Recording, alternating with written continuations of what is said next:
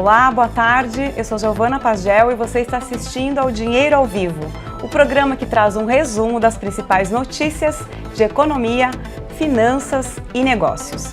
Você pode nos acompanhar de segunda a sexta-feira, sempre a partir das 5h30 da tarde, pelo site istoedinheiro.com.br ou pelas nossas páginas no Facebook, no YouTube e no Twitter.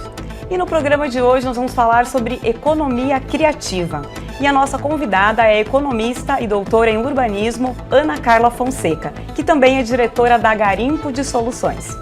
Oi, Ana Carla, tudo bem? Tudo bom? Prazer estar aqui de novo. Um prazer é meu, obrigada pela sua presença aqui no estúdio. Daqui a pouquinho a gente conversa melhor. Pronto. E contamos também, é claro, com a sua participação, você que está aí nos acompanhando. Use a aba de comentários da nossa transmissão para mandar as suas dúvidas e sugestões. E sempre que você comentar, use a hashtag Dinheiro ao Vivo. E agora vamos aos destaques do dia.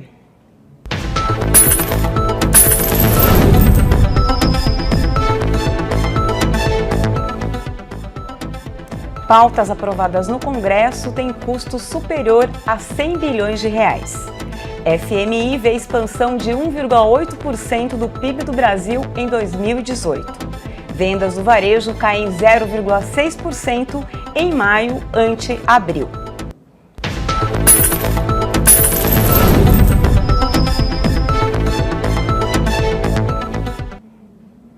Bom, a gente começa aqui pelo nosso tradicional giro no mercado financeiro. O Ibovespa, que é o principal índice da Bolsa de Valores, fechou em alta de 1,96% aos 75.856 pontos. Já o dólar também fechou em leve alta, uma alta de 0,08%, cotado a R$ 3,88 na venda. Deputados e senadores estão aprovando uma série de projetos que aumentam gastos ou abrem mão de receitas para beneficiar setores específicos, cujo impacto pode ultrapassar os 100 bilhões de reais nas contas públicas nos próximos anos. Na última terça-feira, o Senado manteve benefícios tributários à indústria de refrigerantes da Zona Franca de Manaus, revogando um decreto presidencial. A medida, que provoca um impacto de 1,78 bilhão de reais por ano no orçamento, ainda precisa passar pela Câmara. Outros projetos já foram aprovados pelas duas casas, como, por exemplo, o perdão de dívidas tributárias de produtores rurais, que custará 13 bilhões de reais só neste ano. Você pode acompanhar a lista aí dos projetos em diferentes estágios de votação, com renúncias e benefícios de impacto nas contas do governo, no site da Dinheiro. E você pode acompanhar aqui comigo também. Agora a gente vai falar um pouco de economia. O Conselho Executivo do Fundo Monetário Internacional, o FMI, divulgou hoje a projeção de crescimento de 1,8% do Produto Interno Bruto, o PIB brasileiro, neste ano, que ficou um pouco abaixo da estimativa de expansão de 2,3% esperada pela instituição em abril. Na avaliação do fundo, como contraponto ao aperto das condições financeiras globais, o compromisso com a busca de consolidação fiscal, ambiciosas reformas estruturais e o fortalecimento da arquitetura do setor financeiro são necessários para colocar o Brasil em um caminho de forte e duradouro crescimento, que é sem dúvida o que todos nós brasileiros esperamos que aconteça. E aqui também no site da Dinheiro você pode acompanhar comigo. Agora a gente vai falar um pouquinho sobre as vendas do varejo.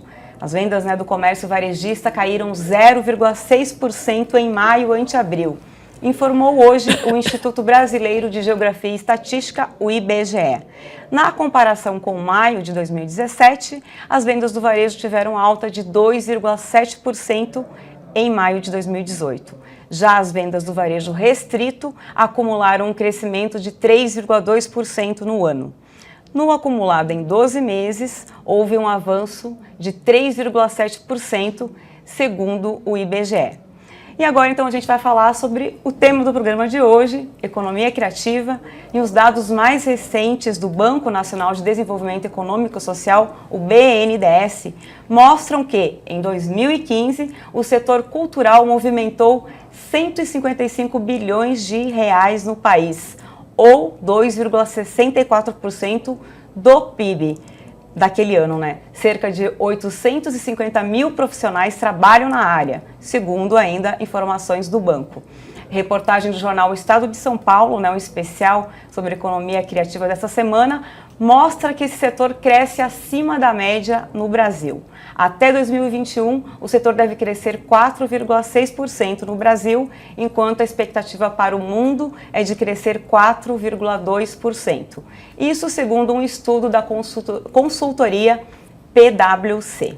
A pesquisa leva em conta segmentos como mídia e entretenimento, listando desde atividades tradicionais como televisão, cinema e música, até as consideradas de última geração, como os jogos eletrônicos. E como eu disse já no começo do programa, para falar sobre esse tema, que é tão bacana, né, que é tão interessante, a nossa convidada aqui é a economista e doutora em urbanismo, a Ana Carla Fonseca, que também é diretora da Garimpo de Soluções. Obrigada, Ana Carla. Um prazer.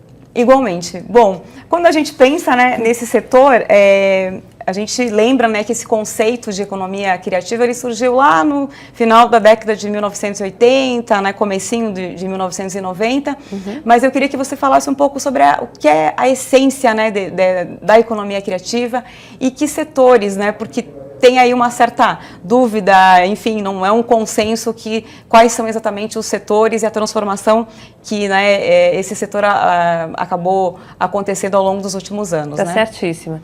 Então, a própria essência de economia criativa tem, como você pontuou, muito a ver com a data em que surge. E nessa virada de década de 80 para 90, a gente sente um impacto muito grande das tecnologias digitais na sociedade como um todo e claramente na economia. A partir do momento que as tecnologias digitais atingem a economia, elas catapultam a globalização para um nível jamais esperado. E por conta disso, os produtos e serviços começam a ficar cada vez mais parecidos. A decorrência disso foi se voltar então para um ativo econômico que não é facilmente copiável, que é a criatividade humana. Então o que a economia criativa propõe é que diante dessa padronização, dessa comoditização de bens e serviços em escala mundial, essa transferibilidade muito fácil de dinheiro, de tecnologia, um recurso que passa a ser o mais potente de uma economia, o mais diferencial, é justamente a criatividade humana.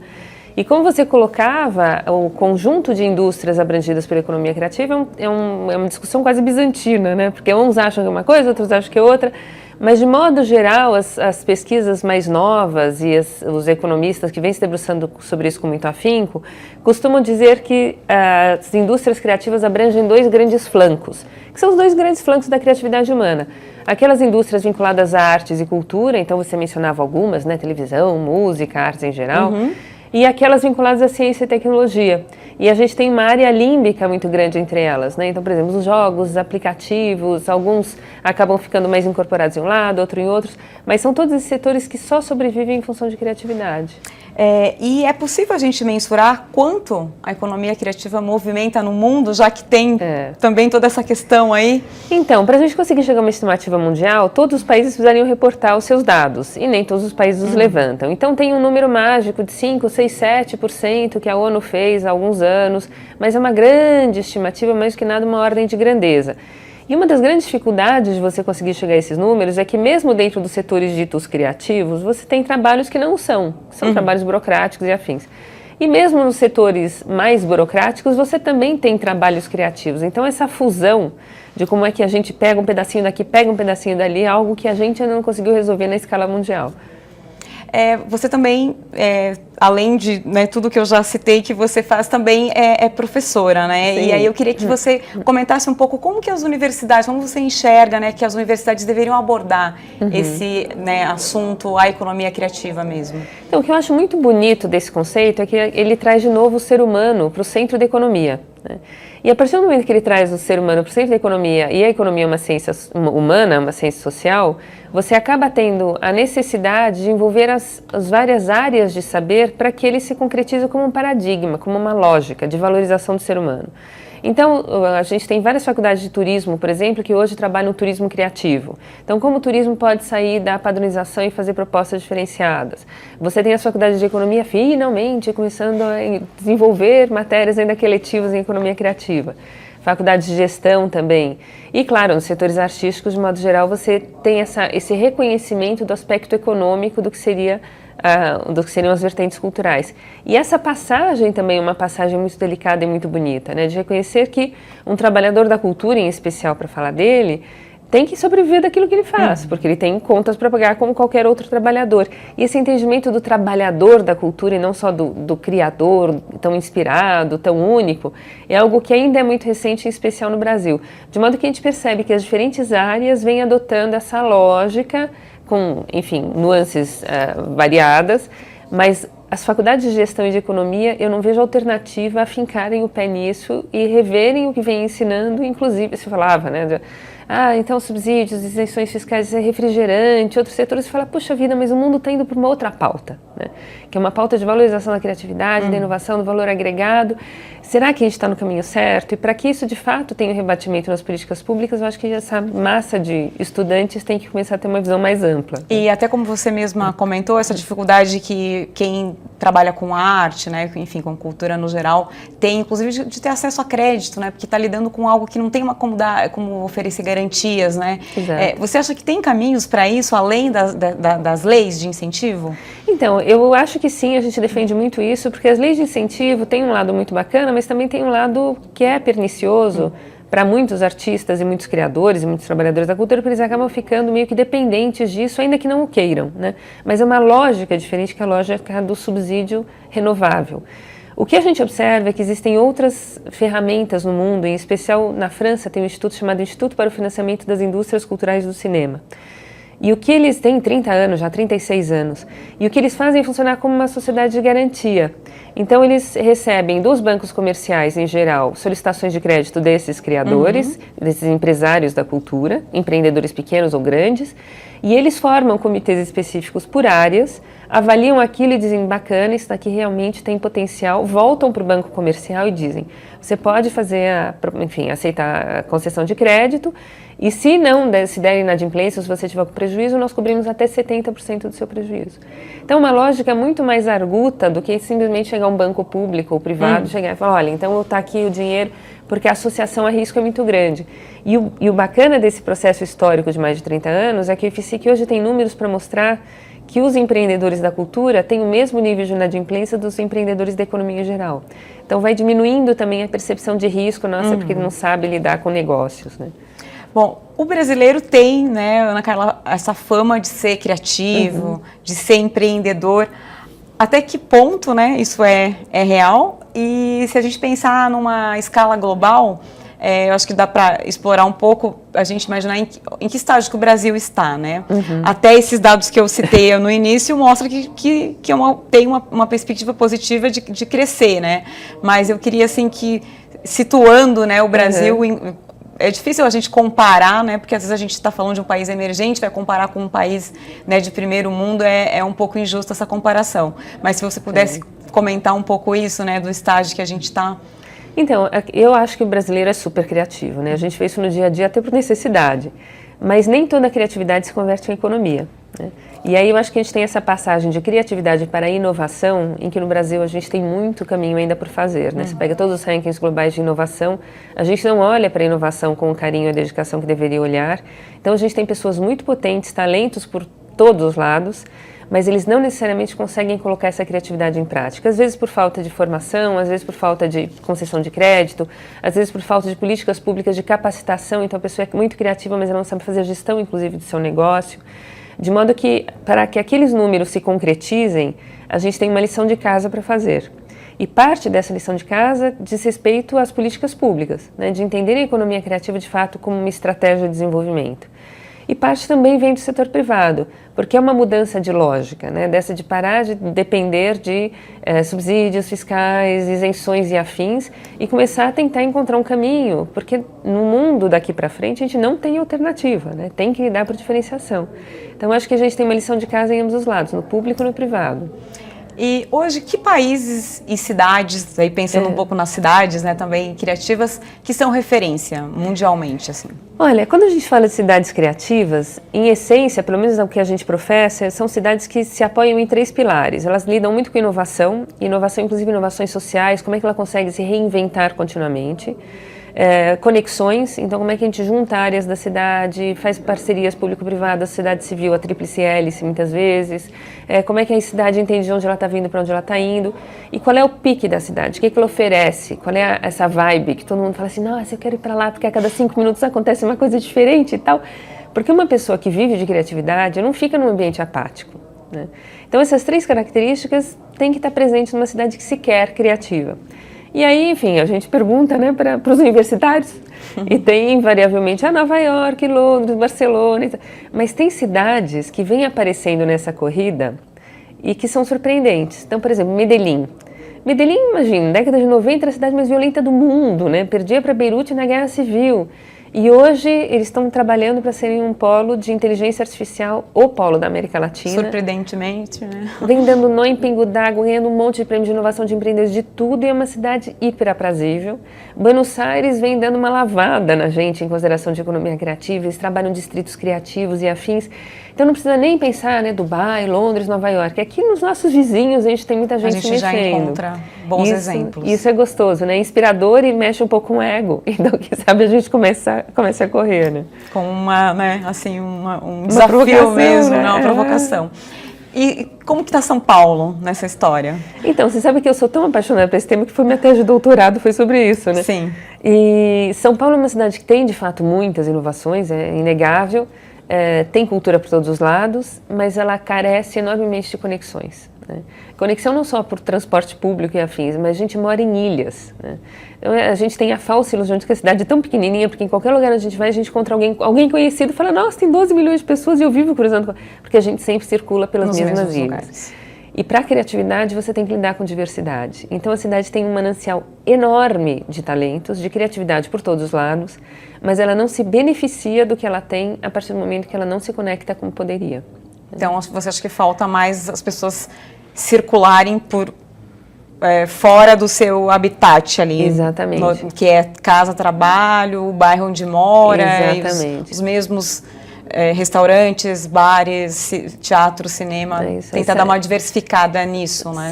Se provocar até para fazer isso. Exatamente, até profissionalmente, porque quando você pega as habilidades do futuro, e que é um futuro agora, 2030, né, não é futuro daqui a 5 gerações, todas elas invariavelmente demandam que a gente tenha uma análise sistêmica maior, que a gente lide com diversidade, que tenha inteligência social. Então, para cada um de nós, até por uma questão de sobrevivência profissional, a gente tem que se provocar e sair dessas ilhazinhas, né? E São Paulo oferece um mundo de coisas, né? Eu sempre brinco, porque eu não sou aqui de São Paulo, mas estou aqui há 15 anos, e quem não conhece São Paulo, é super comum as pessoas terem uma ideia de que São Paulo é só trânsito, né? Poluição, violência, e aí eu sempre brinco, não, a cidade é efervescente, tem muita coisa para fazer, opções, né? 24 horas por dia, e também eu sempre falo que são várias cidades dentro de uma cidade. Isso é uma coisa que me marca desde que eu vim para cá, que é realmente ter essa sensação desses bairros muito independentes mesmo, e muitas pessoas, inclusive paulistanas, que ficam muito nisso que você comentou, né, de conhecer só realmente aqueles locais que já são mais familiares e próximos. Isso aí. E você é paulistana típica no final, né? Porque acabou adotando a cidade. São Paulo é isso, né? São Paulo é essa diversidade. Bom, eu resgatei uma entrevista que a gente fez, inclusive aqui nesse estúdio lá em 2012, e na época você mencionou um pouco do que o Brasil poderia ganhar com os mega eventos que estavam para acontecer, que era a Copa do Mundo e Olimpíadas. E na época a gente falava daquele entusiasmo de como as cidades poderiam ser mais criativas em função desse evento. Claro. Que legado, de fato, conseguimos ganhar? Além de uma dívida que até os nossos bisnetos estarão pagando, né?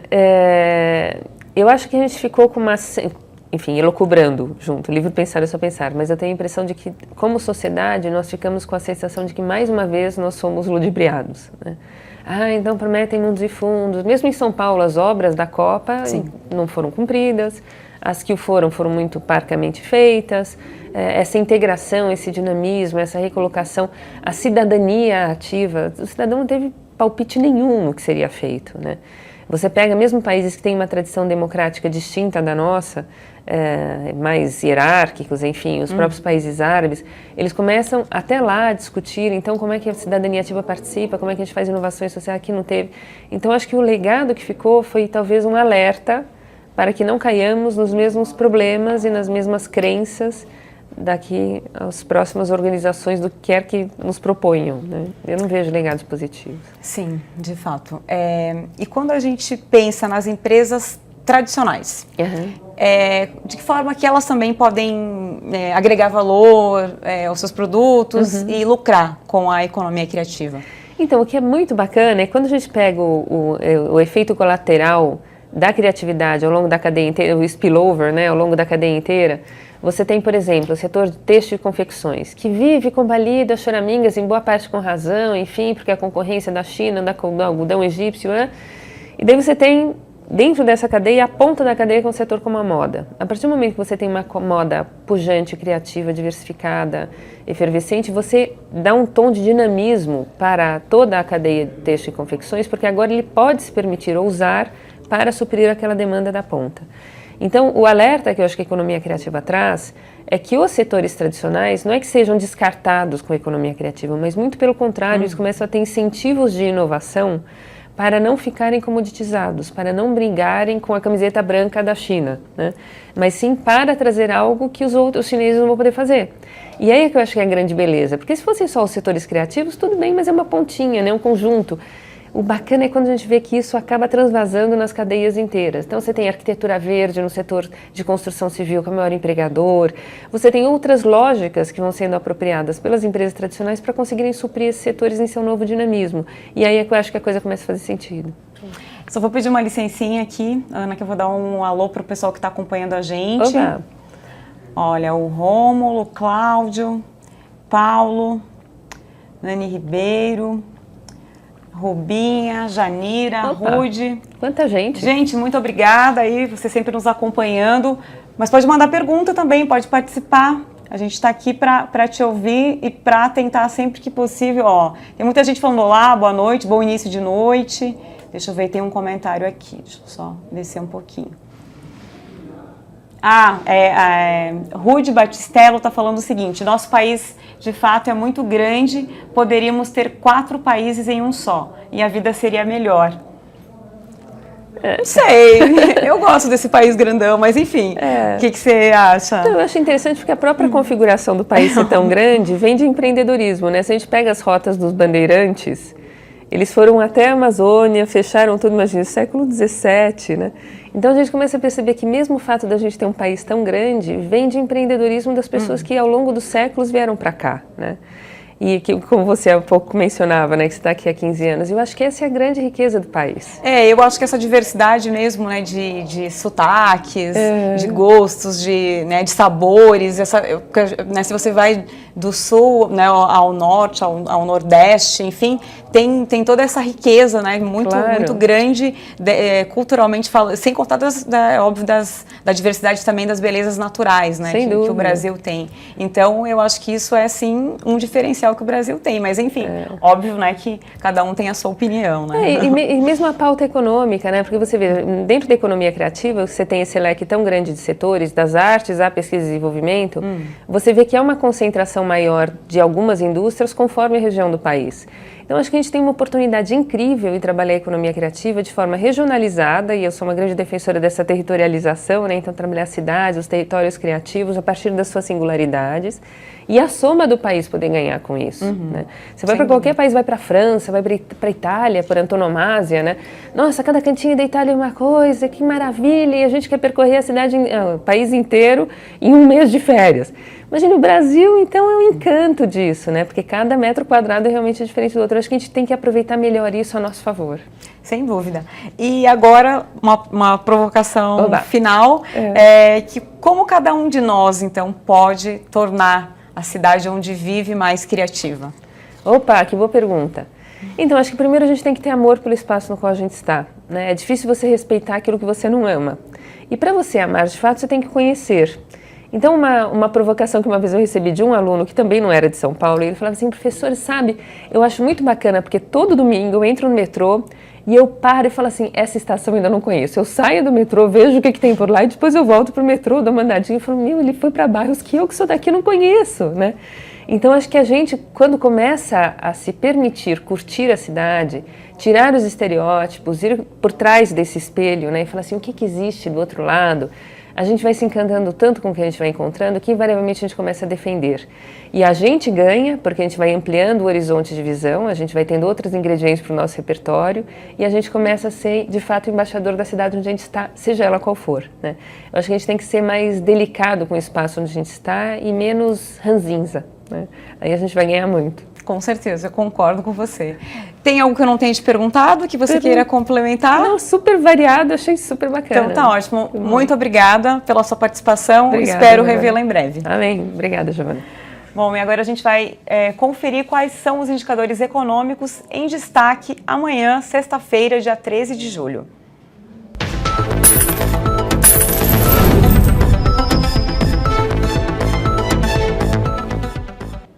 Amanhã, o Banco Central divulga o Índice de Atividade Econômica, o IBCBR, considerado uma prévia do resultado do PIB.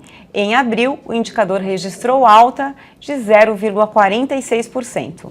E não esqueça de acompanhar também a programação da TV Dinheiro, direto dos estúdios da B3. Você pode conferir programas sobre economia, negócios e dicas de investimentos. Se inscreve lá no nosso canal no YouTube e acione a notificação, assim você será avisado todas as vezes que um vídeo novo for publicado. Este foi o Dinheiro ao Vivo desta quinta-feira, dia 12 de julho.